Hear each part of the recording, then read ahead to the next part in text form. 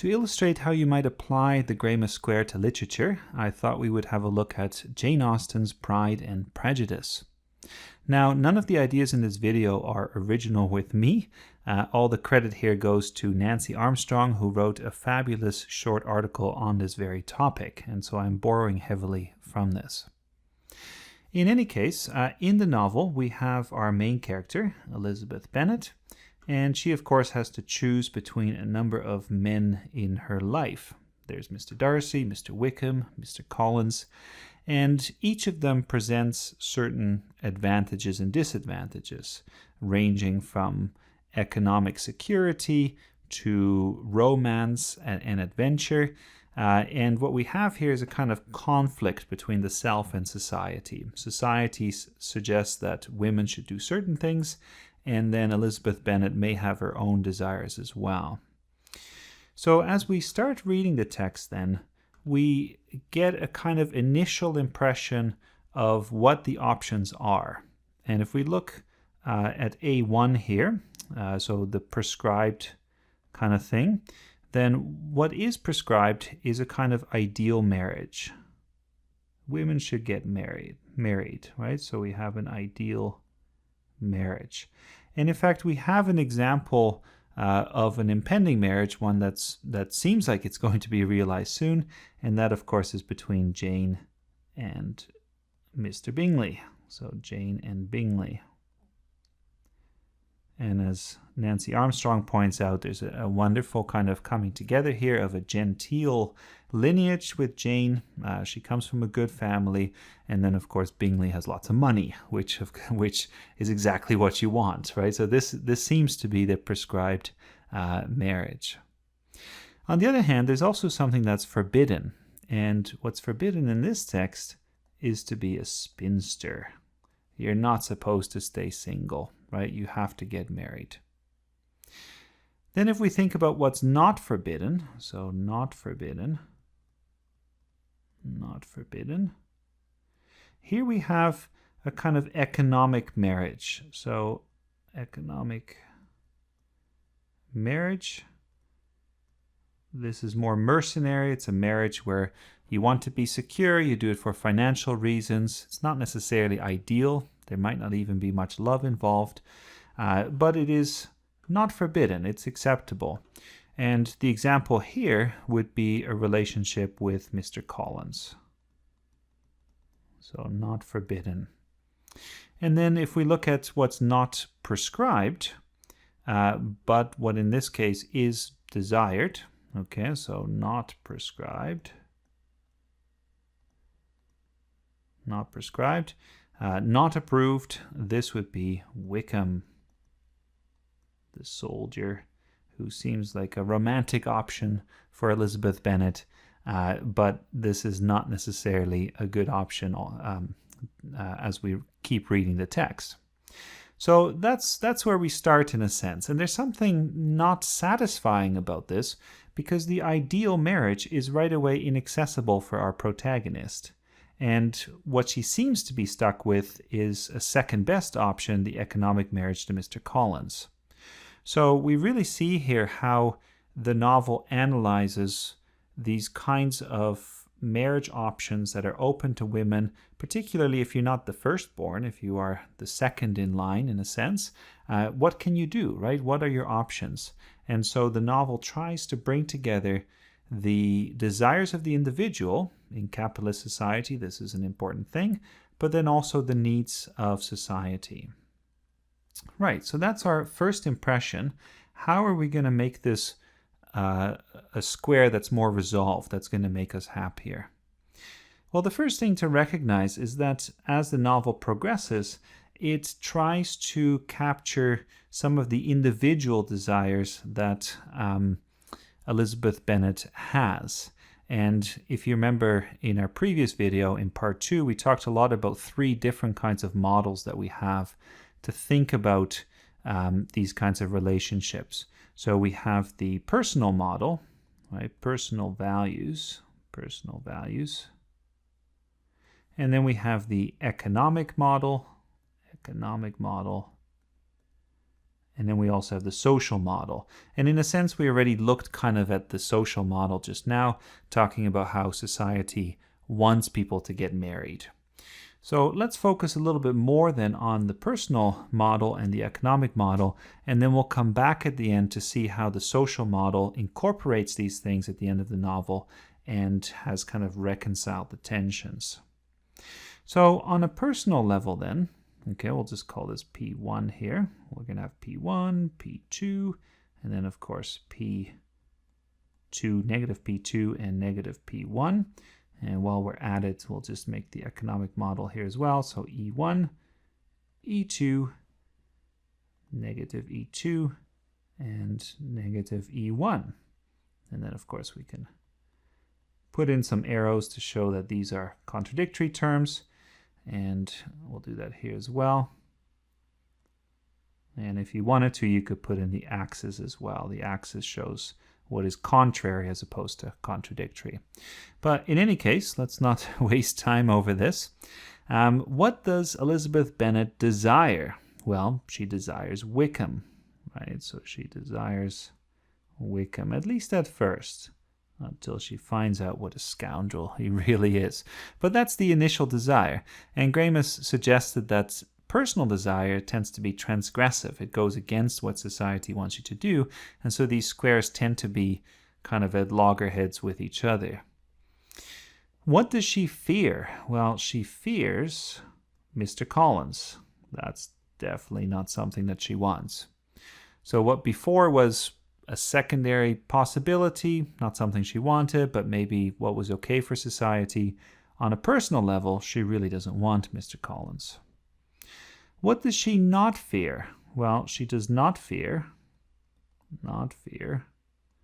spinsterhood, being single. Right? That's not a problem for her necessarily on a personal level. And then what does she not desire? She does not desire, guess who? Darcy. He's too proud. She does not desire Darcy.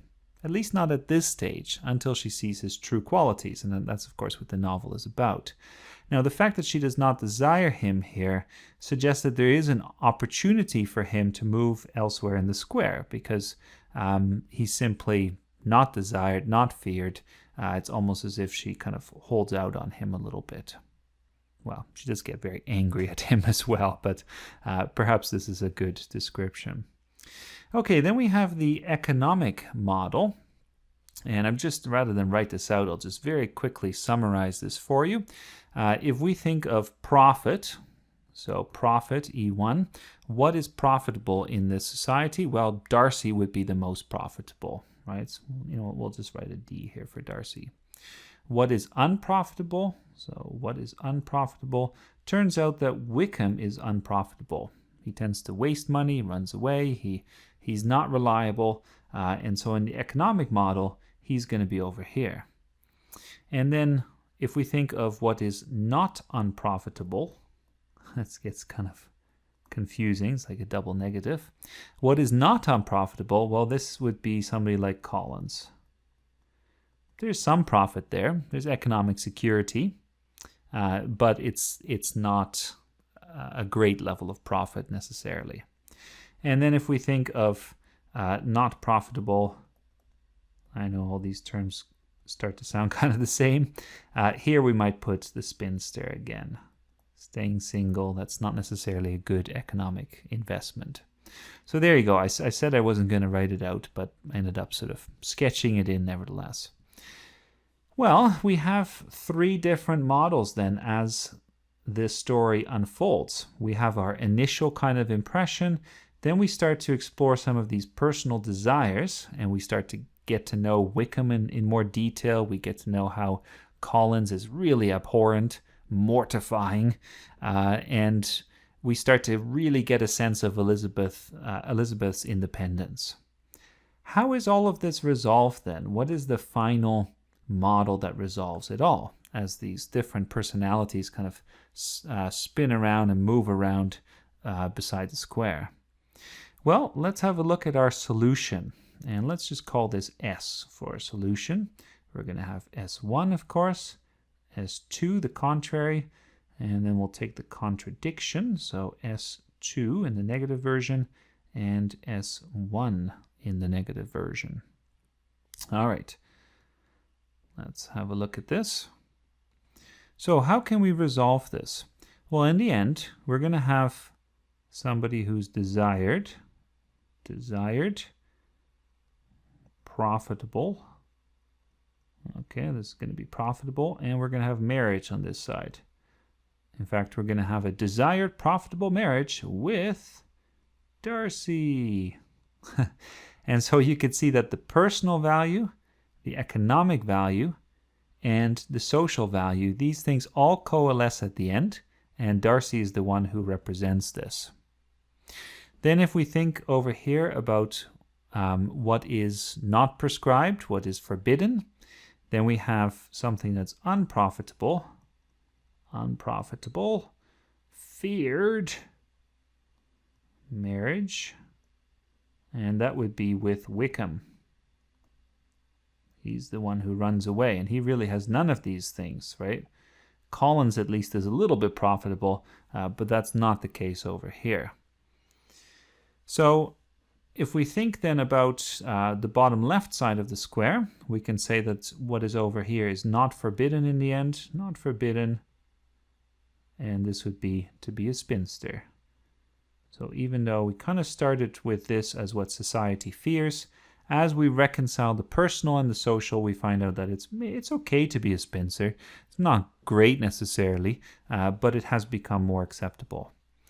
And then in the bottom right, and this one is a bit messy, so sometimes we kind of fudge the square a little bit, but this is what's not prescribed.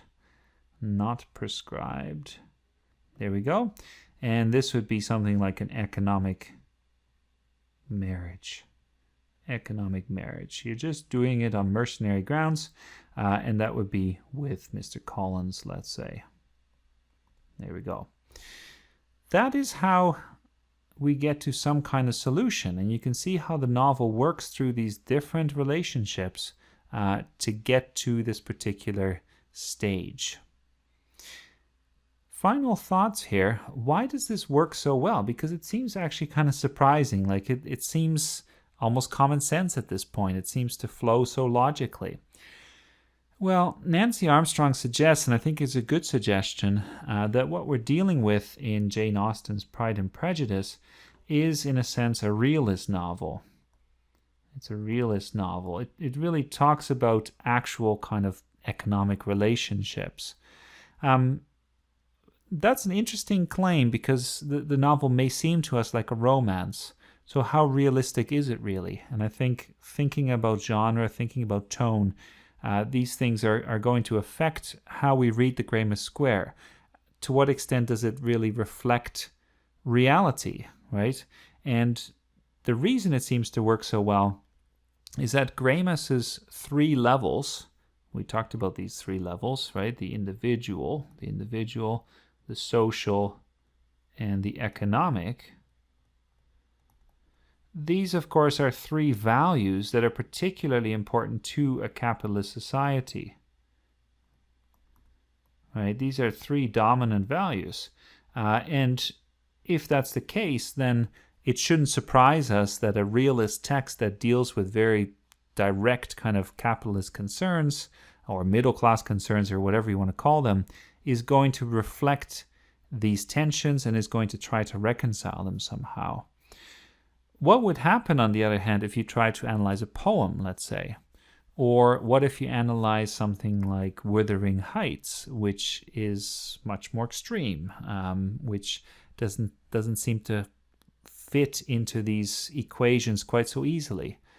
Could you do this kind of analysis with Alice's Adventures in Wonderland, right? Those are the kinds of questions that Nancy Armstrong asks, and I think these are really fascinating questions.